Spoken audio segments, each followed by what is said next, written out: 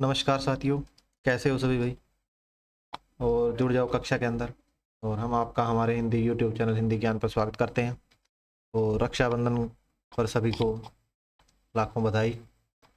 और आज का एक बहुत ही महत्वपूर्ण त्यौहार, एक भाई बहन के बीच में एक सुंदर रिश्ता, और रक्षाबंधन की इसी के साथ सभी को बधाइयाँ। और आज जो हम एक महत्वपूर्ण कक्षा करेंगे साथियों, तो कक्षा कबीरदास जी के जीवन पर करेंगे, जीवन परिचय के बारे में पढ़ेंगे आज। और इसी के साथ बिना विलंब किए कक्षा को शुरू करेंगे साथियों। और कक्षा जो है आप सभी हमारे सभी के लिए क्या है, बहुत ही महत्वपूर्ण है। तो आज की कक्षा हम करने जा रहे हैं साथियों।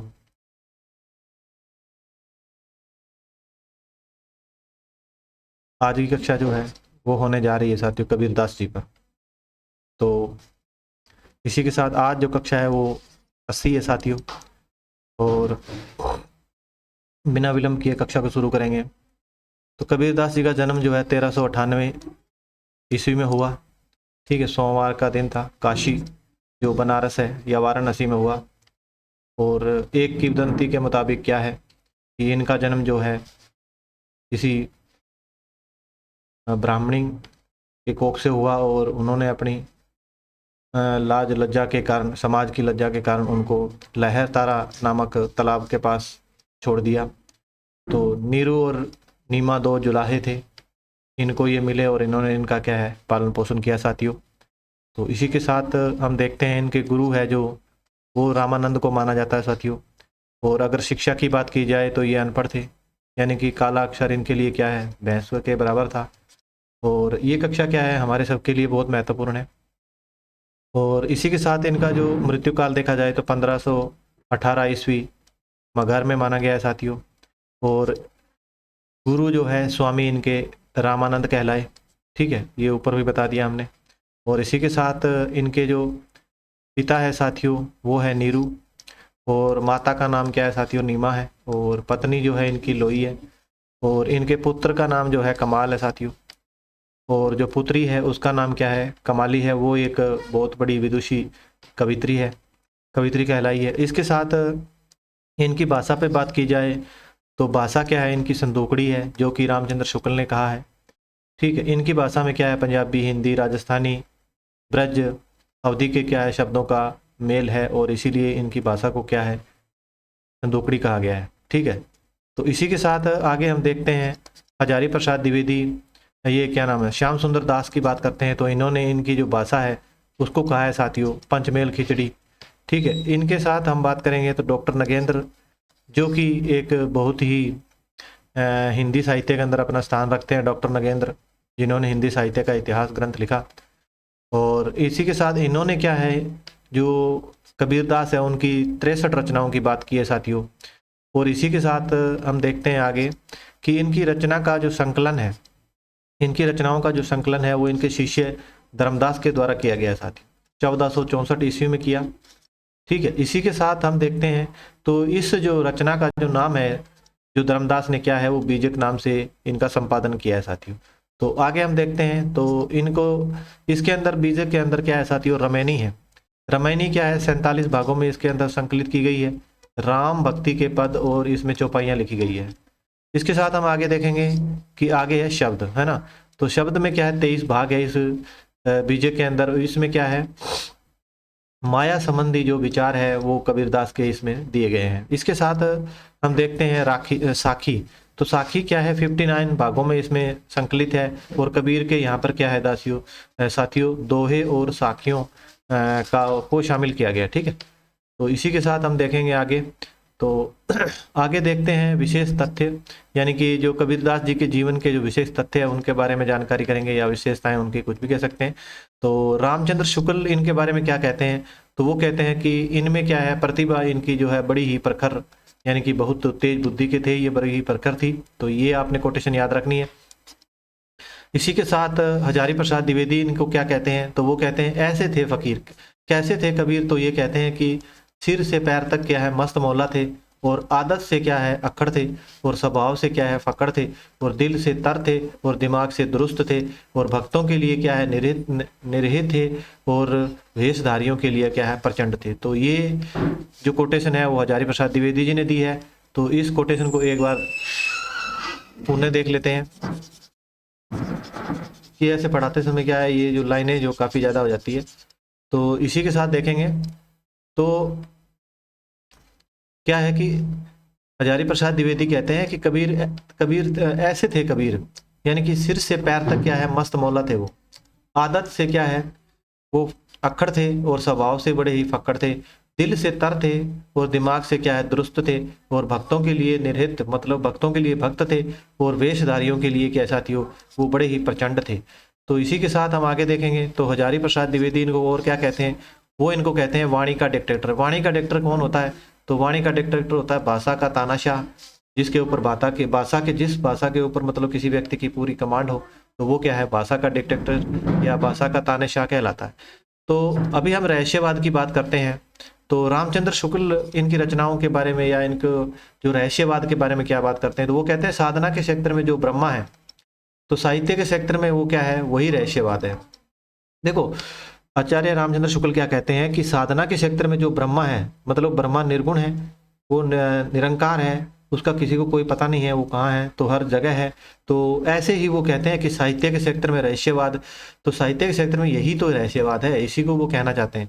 तो आगे कहते हैं कि कबीरदास सिकंदर लोदी के समकालीन थे, और ऐसा सुनने में आता है, ऐसा कई किताबों में लिखा हुआ है कि इनको बहुत बार क्या है यातनाएं जो सिकंदर लोदी के द्वारा कबीरदास जी को दी गई है। ठीक है, इसी के साथ देखते हैं कबीरदास के साहित्य को तीन पक्षों में रख सकते हैं हम, यानी कि इनके जो इनका साहित्य है, इन्होंने जो साहित्य लिखा है, जो इन्होंने साहित्य जो कहा है, जो इनके जो शिष्यों के द्वारा जो साहित्य को संकलन किया गया है, तो उसमें क्या है जो खंडन की प्रवृत्ति है, इन्होंने क्या है इन्होंने सभी चीज़ों का मतलब जो समाज के अंदर जिस चीज़ का क्या है जो सही नहीं है उसका इन्होंने क्या है बहुत ही प्रबल शब्दों में क्या है खंडन किया है। वो चाहे हिंदू जाति से हो या मुस्लिम जाति से, किसी भी जाति से संबंध रखता है, तो उनका इन्होंने क्या है बहुत ही गहराई से खंडन किया साथियों। इसके साथ हम देखते हैं धर्म और समाज की क्या है सुधार की भावना है इनके अंदर। तो इन्होंने क्या है धर्म और समाज के अंदर जो कुरीतियाँ फैली हुई है उसको क्या है सुधारने का काम किया है। उनके ऊपर बहुत सारी जो बातें लिखी है इन्होंने। तो आत्म अनुभूति है, तो यहाँ पे कबीरदास को क्या है अपने अंदर आत्म अनुभूति है, इनको आत्मा के अपने बारे में बहुत ज्ञान है, यानी कि काफ़ी ज्ञानी व्यक्ति है। इसी के साथ हम देखते हैं एक विशेष पंक्ति है कि श्री गुरु ग्रंथ साहिब के अंदर क्या है कि इनके 227 पद है, 17 इनके क्या है साथियों राग है, और 237 क्या है श्लोक है साथियों। ठीक है, इसी के साथ हम देखते हैं डॉक्टर बच्चन यानी कि डॉक्टर हरिवंश राय बच्चन क्या कहते हैं कि हिंदी भक्ति काव्य का प्रथम क्रांतिकारी पुरुषकर्ता कहकर इनको पुकारते हैं। तो जो आचार्य क्या नाम है डॉक्टर हरिवंश राय बच्चन है, वो क्या कहते हैं इनको, वो कहते हैं कि हिंदी भक्ति काव्य धारा का क्या है प्रथम क्रांतिकारी पुरुषकर्ता इनको कह के वो पुकारते हैं। ठीक है साथियों, इसी के साथ हम आगे बढ़ते हैं। आगे हम देखते हैं कि जो मुसलमान इनके अनुयायी थे उनके अनुसार इनके गुरु कौन है साथियों, वो सूफी फकीर शेख तकी है। ठीक है, ये तकी लिखा हुआ है, इसको आपने सही कर लेना है। और ये जो अगर आपने बातें अपने नोट्स में नोट नहीं किए साथियों, तो ये आप अवश्य अपने नोट्स के अंदर इन चीज़ों को मेंशन करेंगे। और हमने क्या किताब के अंदर बहुत डाटा दिया रहता है, उसको हमने क्या बिल्कुल शॉर्ट यानी कि जो पेपर के अंदर आने वाला है वही डाटा आपको हम पढ़ा रहे हैं। तो ये डाटा आपने अब क्लासें जो है हमारे चैनल पर जो आ रही है वो आपने ध्यान से देखते जाना है। ठीक है, इसी के साथ हम बात करेंगे साथियों, ये ज्ञानाश्री शाखा के संत काव्य धारा के क्या है प्रतिनिधि कवि है। ठीक है, तो अगर हम बात करते हैं कि जो भक्ति काल है ना, तो इधर थोड़ी सी जगह बनाते हैं।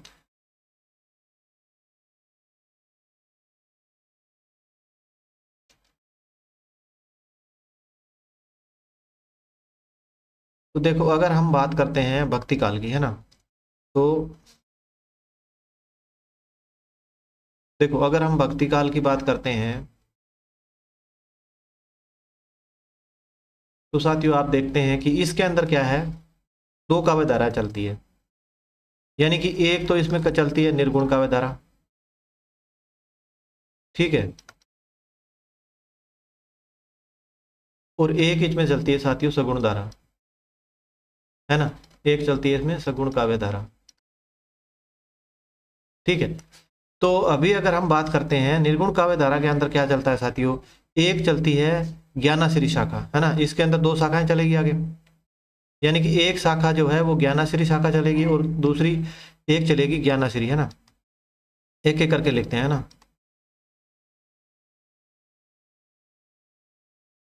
और एक क्या चलती है, एक चलती है साथियों प्रेमाश्री शाखा, है ना।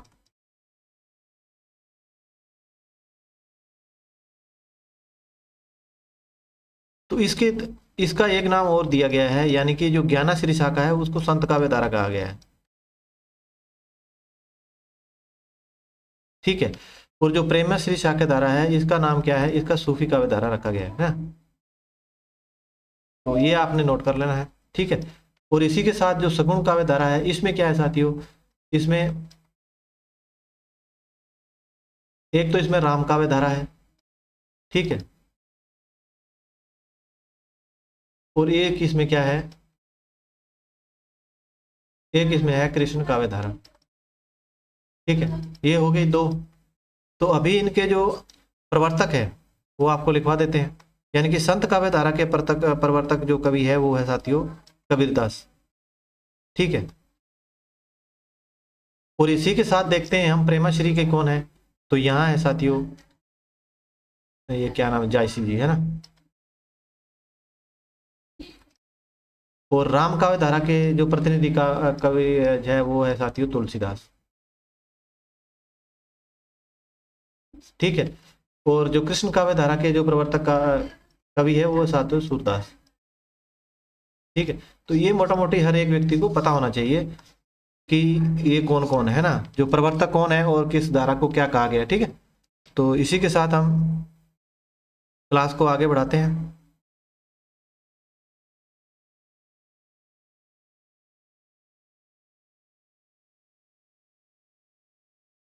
तो आगे हम देखते हैं कि जो संस्कृत को इन्होंने क्या है कूप जल कहा है साथियों, है ना, और बाखा को क्या है इन्होंने बहता नीर कहा है। तो ये आपने ध्यान रखना है कि संस्कृत को कबीर जी क्या कहते हैं, कूप जल कहते हैं, कुएं का पानी, है ना, और बाखा को ये कहते हैं बहता हुआ नीर, है ना। तो इसी के साथ आगे देखते हैं डॉक्टर राम कुमार वर्मा क्या कहते हैं। डॉक्टर राम कुमार वर्मा जो है, देखो डॉक्टर राम कुमार वर्मा जो कि कहते हैं कि इनकी दूसरी पत्नी है जो उसका नाम बताते हैं रमझनिया, है ना। तो ये आपने ध्यान देना, इनके बच्चों का नाम वो बताते हैं, एक निहाल है एक निहाली बताते हैं। तो इसी के साथ हम आगे इनके जो जन्म स्थान है उसके ऊपर काफी बड़ा विवाद चलता है, ठीक है। तो जन्म स्थान का जो विवाद है उसके ऊपर कौन क्या कहता है, कुछ लोग काशी मानते हैं, कुछ लोग मगर मानते हैं। तो काशी मानने वाले कौन है, तो रामचंद्र शुक्ल है, उसके बाद श्याम सुंदर दास है, उसके बाद परशुराम है, उसके बाद क्या है प्रभाकर माचवे है, और स्वयं कबीर भी जो है काशी मानते हैं अपना जन्म स्थान। इसके साथ हम देखते हैं मगहर में कौन कौन मानते हैं, तो राम कुमार वर्मा जी मानते हैं, डॉक्टर त्रिगुण नायक मानते हैं, और डॉक्टर क्या है पीताम्बर भरतपाल जी मानते हैं, और डॉक्टर सतनाम सिंह मानते हैं। तो साथियों आज जो ये कक्षा बहुत ही महत्वपूर्ण, और रक्षाबंधन की सभी को बधाई। और रक्षाबंधन के उपलक्ष्य में आज एक बहुत विशेष कक्षा आपके लिए लेकर आए हम, और आपने कक्षा को बहुत ध्यान से देखना है। और कक्षा के अंदर सभी प्रकार के जो है कबीर से किसी भी प्रकार की बात छोड़ने की जो है वो हमने ध्यान से करने की कोशिश की है कक्षा को। और कक्षा जो है आपको फ्री ऑफ कॉस्ट करवाई जा रही है, कोई इसमें वो नहीं है, हम मास्टर कैडर लेक्चर कैडर का डाटा करवाएंगे आपको। और इसके साथ क्या है कक्षा में जो है सभी साथी जुड़ने के लिए धन्यवाद। अगर आपने हमारे साथ ऐसी ही वीडियो देखनी है तो आप हमारे चैनल को क्या है सब्सक्राइब कर सकते हैं, लाइक कर सकते हैं, और चैनल को क्या है शेयर कर सकते हैं साथियों। इसी के साथ कक्षा से जो विदा लेना चाहते हैं, और सभी का धन्यवाद। तो थैंक यू साथियों।